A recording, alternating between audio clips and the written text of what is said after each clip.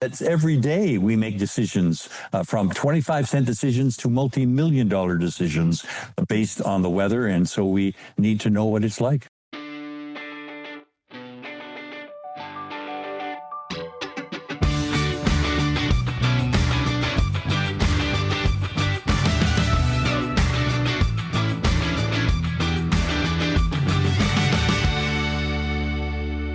Here we are back on Closer Look on this Wednesday, the 26th day of November with Michael Friscolanti. I'm Scott Sexsmith. Okay, I want to make it official. Today will be the last day that I will be in a good mood for about 6 months. I've never seen you in a good mood. What do you mean? What's different today? Well, because I looked at the forecast. Snow tonight, 5 centimeters where we are. Tomorrow, possibly another 5 to 10. Mm-hmm. And then it just goes downhill. So it makes you grumpy the winter, eh? Don't you embrace it and snowshoe? And No, I have 2 words for it. Snowshoe are not those words. I've never been a fan of winter. I've always lived in the north, and I don't know why I do this to you myself. Should move, yeah. I thought I always see you at the ski in those tight pants, going down the hill. Yeah, that's what you want to see. This in anything tight. Thought you were let alone tight pants. The king of the hill. I thought no. I'm more like the guy on the show, the king. I'm more like that guy. That he's in Texas, isn't he? Yeah. You should have moved down there. Oh. It is true. It took me a while to embrace the north in terms of the winter, but I have. I really do like. Have you? Yeah, the family skis. I don't. I can't move, but I watch them ski. Snowshoeing became a thing. We have snowshoe. We do. We try to go snowshoeing. Yep. You have to do. And then, of course, the kids are still young enough. They play hockey, so that takes up your whole winter too. Of course, just go from rink to rink. But yeah, I mean, it is a little depressing just because I did enjoy the summer. Was a good summer. Yeah, and I will say this: when you're in a nice, warm, cozy home, it's beautiful to look at. Mm-hmm. But I find, and maybe you do as well, but I'm a little bit older than you. The older I get, the harder I find it. Yeah. I'm cold all the time. I don't like the wet and the slush. Yeah. Well, as I've shared a couple times on this show, my mobility's not very good, so I use a cane these days. And there's sometimes when the storm's so bad, I look out the window and I'm like, well, I guess that's my day. I'll just stay. I'm not going to go out there. I'm going to slip and fall. And now, do you put a pick attachment on I do that have thing? one of those legs like a dagger. And I wasn't asking to be a smart ass. I want to get a switchblade one, but apparently they're illegal. So I don't have that. There is a reason we're talking about the weather. We're not making small talk. We don't do small talk because we don't get along, so we don't do that kind of stuff. It's all for real. Yes, it is. Today's guest, probably the best known weather person, certainly that this country and maybe beyond has ever seen. Yes, David Phillips. He's with Environment Canada for I'm sure for decades. We'll ask him about that. He's definitely the most recognized climatologist in the country. And he's just great in the sense you see him everywhere. You see him on the news, you see him in newspapers. He just is a very knowledgeable guy in the weather, takes it very seriously. And he's lovely because I emailed him yesterday afternoon and said, hey, would you jump on the show tomorrow to talk about polar vortex? Because that word's trending all over the place. Not that we chase trends, but everyone's talking about it again, right? And so he's going to help us. We're going to pretend we're at a grade 9 science class. He's going to teach us about polar vortex and a whole bunch of other things. All signs are pointing towards a colder than normal December in Canada, and by all accounts, the dreaded polar vortex is making a comeback this season. What is a polar vortex? Now is as good a time as any to get a refresher course, and here to talk about that and all things weather-related is Canada's most recognized climatologist, David Phillips. David, welcome to the show. We appreciate you being here this evening. Well, thank you, Scott and Michael. It's just a delight to be with you and, to talk about our favorite topic of conversation, the weather. That's right. Absolutely. We're definitely getting into that. For those of you who don't know, David, I do want to point out you're a legend in this field. You're a longtime climatologist at Environment Canada. And you're definitely a veteran of interviews like this. I mean, I'm assuming you've done hundreds, if not thousands. And I was just reminiscing. I feel like I've been a journalist for a century, but one of my first assignments was a weather story, and I'm sure I phoned you. I remember talking to you as a young journalist.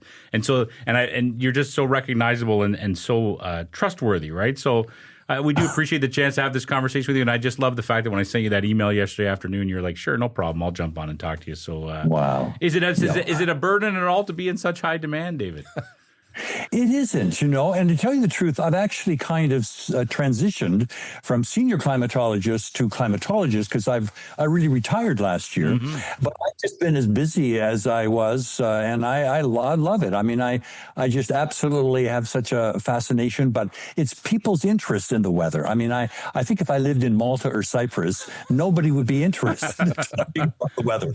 But here in Canada, boy, it doesn't matter from whether it's from Tuktoyaktuk or in Toronto or wherever. I mean, Canadians want to learn about what's happening. They always think, guys, that the weather is unique to their particular community. They often say, if you don't like the weather, wait around for a few minutes and it'll change. What's in your backyard is different than your front yard. And that's really one of the characteristics, I think, of really Canada-wide. It's a need to know what the weather is, and you can't leave home without getting a weather word. And one of the favorite statistics I have is that you can't unite Canadians on any subject, but when it comes to wanting to know the weather, we claim that 94% of Canadians get a forecast at least once a day. Yes. And it decides what you wear, where you're going to go shopping, whether you leave early or go golfing or what have you. It's just the need to know. I would think that in other areas, gosh, it must be boring when the weather is the same day after. You can set your watch to the weather. That's right. And that certainly isn't the case in Canada. That's true. Well, if this episode does well, David, I think we'll just turn it into a weather podcast. I think you're right. People, maybe they'll check us every day for the weather. So you mentioned you're officially retired. So you're no longer, but you're still on call. You still answer to your work email. Oh, yes, absolutely. I still have the permission to talk about the weather. I can share models that we have. Our winter forecast is coming out sort of early next week, and I can certainly talk a little bit about that. But yeah, my phone still rings, and I just love the chance to really help Canadians understand a subject that they feel passionate about. And so it's not like aircraft of World War II. It is the weather. It's something that's every day we make decisions from 25-cent decisions to multi-million-dollar decisions based on the weather. And so we need to know what it's like. All right, David, let's switch gears to that dreaded term that's almost like the dark villain in a movie, the polar vortex. There's just something about that phrase that seems to make people anxious. Can you explain exactly what it is in a way that we can all understand?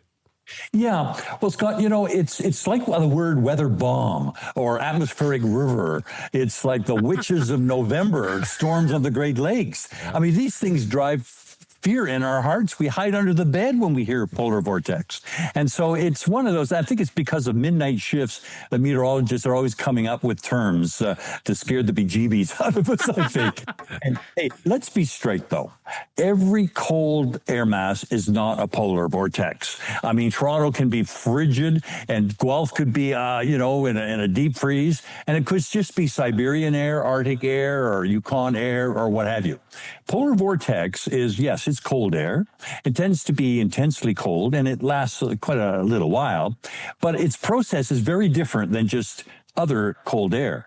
But we sort of say every time there's a cold wave, we think it's the polar vortex. It's been around since 1950. I remember hearing the word, but it really is. Let me explain. Sort of interesting because it is at the high Arctic, at the top of the world, the North Pole, and also the South Pole.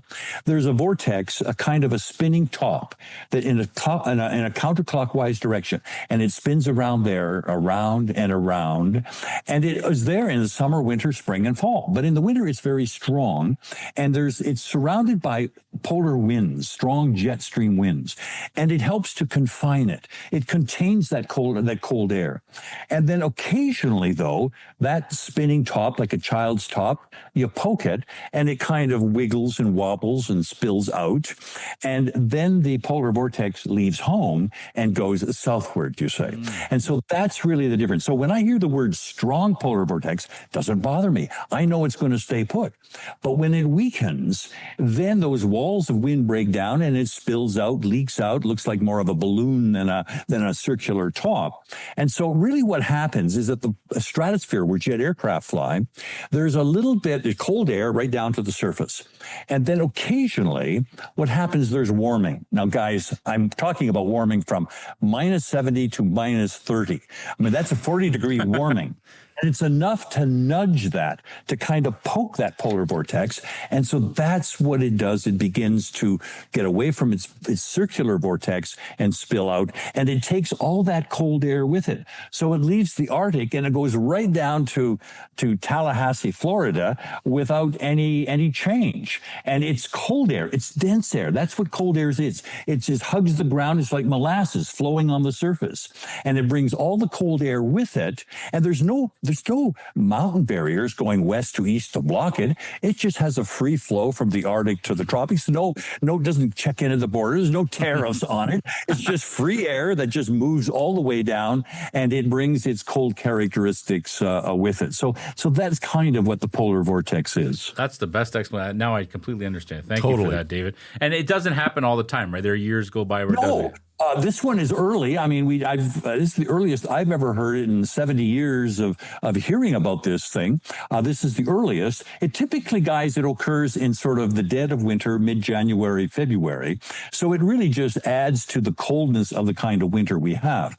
But the fact that this is early, I think it's added to the kind of fear about it. Mm-hmm. Oh my gosh, is this going to be the year of the polar vortex, you say? Nonstop cold, you say? And we've had so many warm winters that this would be, and we came out of the fall in southern Ontario that was really balmy. I mean, November turned a little cooler than it's normal, but September and October, we've had about 8 or 9 months of continued warm conditions. So we're not used to it. So this would be kind of a slap in the face when we get this kind of cold air if it does come true. No guarantee that it will. It could spill over to Europe. It could go over the western part of North America or the eastern part. And so there's no guarantee that it will arrive on our doorstep. But the models seem to suggest, hey, something's happening. There's this little warming that's occurring in the stratosphere. And so get ready for the polar vortex. Mm-hmm. This may be a dumb question, David, but how soon do you know? Like, how far in advance will you be able to analyze, data and mapping and realize, okay, it is going to be a thing? Well, Scott, that's interesting because you actually, this warming occurs probably, and then 3 weeks later, you start getting the cold. So all of this kind of process of the warming, pushing or touching that vortex, and then is spilling out, takes about 3 weeks. So we first saw this about the almost the 3rd, 4th week of November, just recently. And so the forecast is that we're going to get colder likely in mid December. So, the fact that Toronto is going to warm up from like a plus 11 today to 1 tomorrow is not polar vortex. Even the fact that Winnipeg has had a temperature of about 10 degrees last week or during and they're going to be minus 14 for a high. So there's a difference of 25 degrees. That's not polar vortex even, but it's really a change. And so what we're saying is that I think the early start of winter might be cold because of the presence, the possibility, the added risk of having polar vortex air associated with the winter. All right, dumb question number 2. We should keep track how many dumb questions we ask you, David. You're going to hang up on us soon.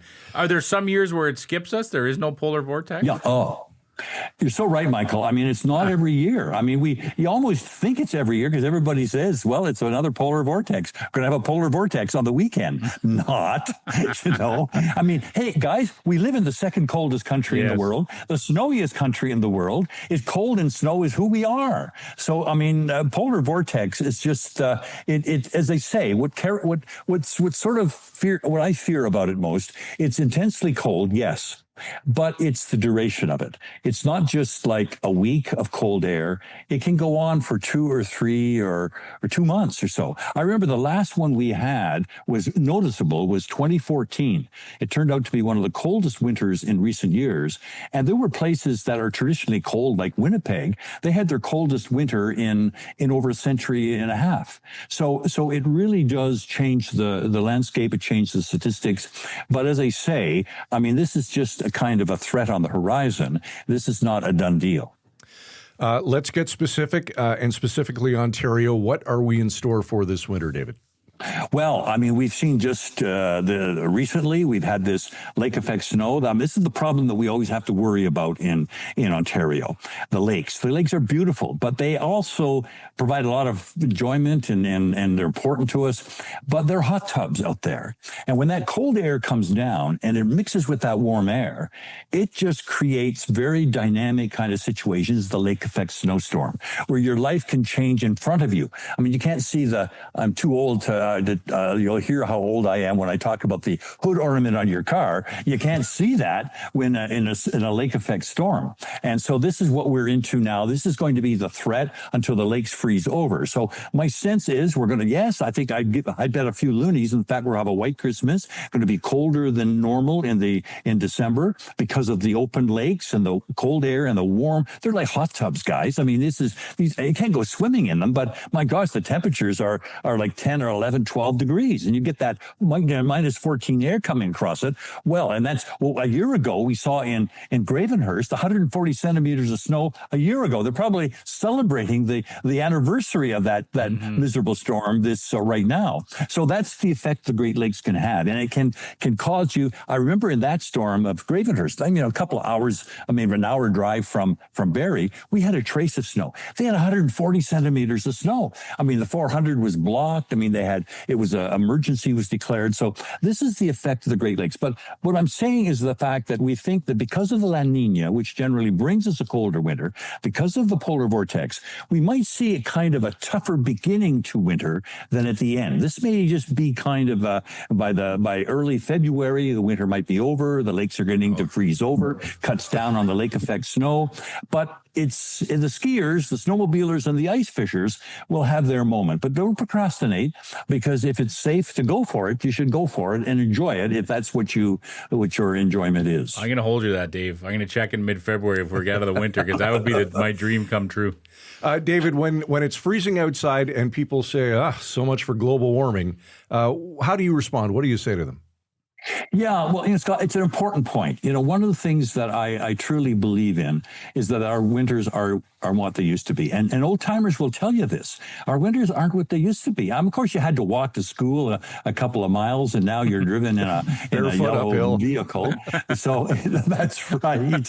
But, there's no doubt about it that winters are different now. And we still have winter. I mean, my gosh, you have the sun we have less the daylight, and the sun's lower in the sky. We do have cold, but the seasons tend to be shorter. It doesn't sort of start, in end of September and go right on through to Easter and beyond.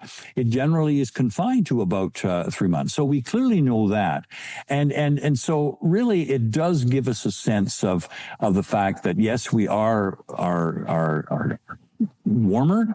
Our winters aren't what they used to be, but generally all seasons are that. And but we still have winter. I mean, the ski season is tougher, but skiers resorts have adjusted. They make snow now. They used to not make snow, so they have learned how to deal with that warmer condition. And so I truly believe it. And farmers are great. They understand it, variability. They know how wild the weather has been. And I think, guys, what really drives home to me the proof of climate change is not the warming temperatures. It's the extremes of weather. Mm-hmm. Weather is more extreme now. Storms are stormier, droughts are droughier, floods are floodier, because we're getting the same. We haven't got any new weather. It's the same weather of our grandparents. It's just more intense. It's bigger. It's wilder. It's wackier.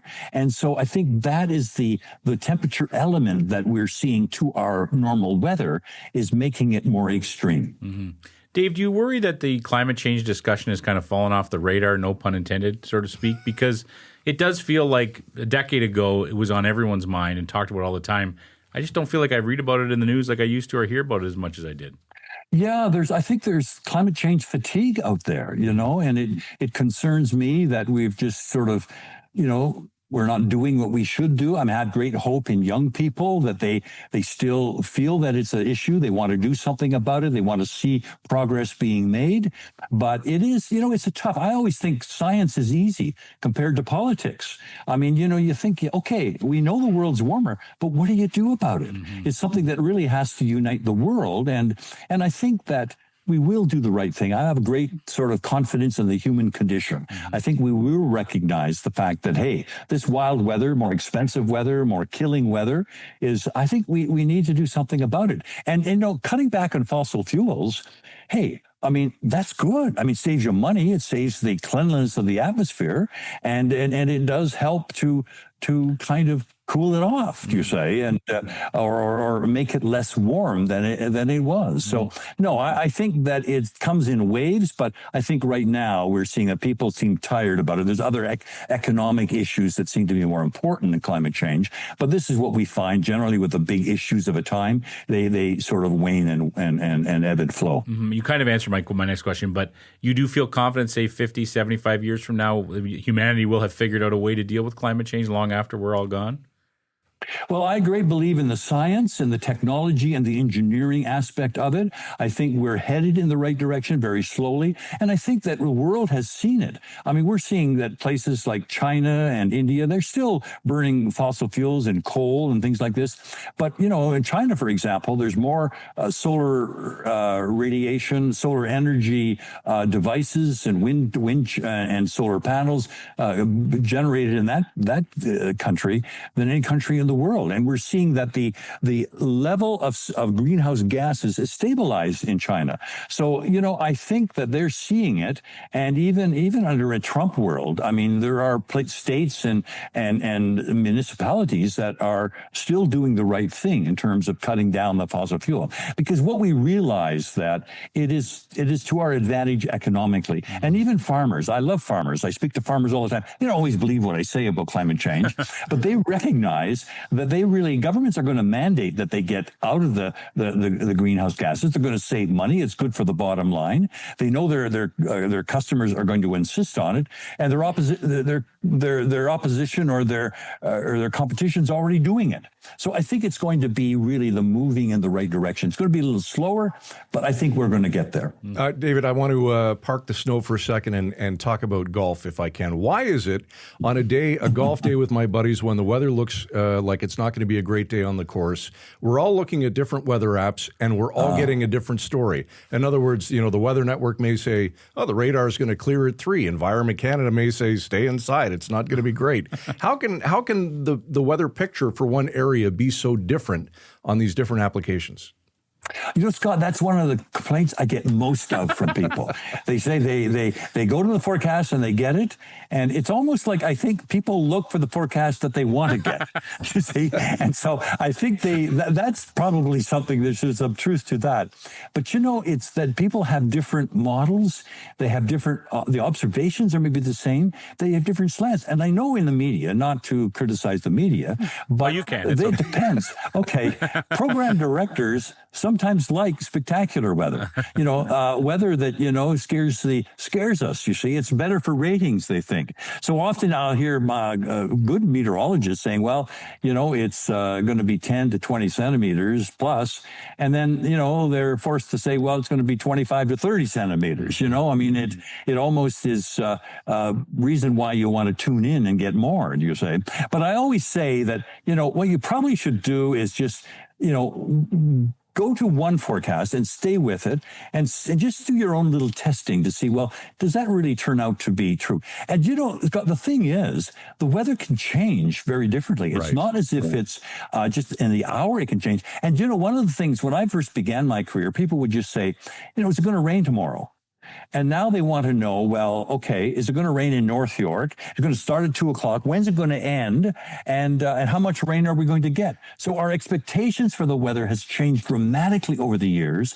And yet we can sometimes deliver on that because we have the radar and the satellites and the supercomputers. And so we can give people that information, but we're not always right. I mean, we still will always be jobs for weather people because, hey, you can put a man on the moon, but you can't necessarily get tomorrow's forecast correctly to satisfy the golfers or the fishers or farmers. All right, now here's my follow-up to that. The one gauge that we consistently use is the POP, the probability of precipitation. Well, it's only 30%, 40%, we're good to go. Can you explain what POP means? Because I think there's some misunderstanding there. Oh, God, you've got the hotbed of misunderstanding out there in terms of weather. The second most favorite question I get is, what is POP? Is probability of precipitation. And it was actually driven by the media. We weren't really anxious to do that 30, 40 years ago when we issued it. But, we yielded. And so what it is just, it doesn't, well, I'll tell you, it's easy to tell you what it doesn't mean. It doesn't mean that, say, a 30% chance. It doesn't mean over your forecast area, it's going to rain 30% of the area. No. It doesn't mean it's going to rain 30% of the time. What it means is this, it's a little complicated. It means that in similar kind of weather situations, it rained 30 times and it didn't rain 70 times. So it's the confidence that the meteorologist has, the forecaster has, in whether you're going to see that rain. Now, what I tell people is take a percentage and just translate it into something else. Like, for example, 30%. I don't carry an umbrella for 30%. But if it was 60%, okay, I'd have a game plan to say, okay, be ready for a change of the weather. So anything like 30, and one thing we never say, or you'll hear, is 50%. What does 50% mean? It's like flipping a coin, So we don't do that. So 30%, I wouldn't even do anything. I wouldn't worry about it. I wouldn't cancel the social engagement or change the outdoor wedding ceremony. But if it was 60%, I might say I'm going to have a backup plan for that. We all just decided to buy good rain gear. Yeah, I was going to say, it's kind of like your percentage of your probability of hitting a putt is like 99% chance of missing. That's right. So that was fascinating, David. This has been a completely fascinating conversation. Is there anything else? We can talk weather all day, but you obviously have a life in place. The question I have is, do you wake up in the morning caring what the weather is? You're such an expert at weather, or do you just know you just go about your day no matter what the weather is? Well, I kind of do. I always feel I have to have a forecast in my hip pocket, you see, because people I meet in the grocery store or just on a walk, they will often, but they sometimes blame you for the weather. Yes. My gosh, I've had death threats, guys. What? Because people said, you said it was going to be a nice weekend. And, it turned out that they were, kind of crazy people. But anyways, it shows you that how serious people take their weather. But, I think Canadians are always forgiving because, if they think we're only 60% right, we're 93% right. That's what our models tell us.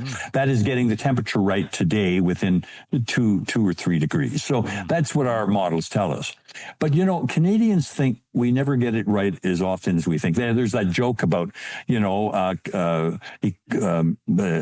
meteorologists were invented to make economists look good, like you say.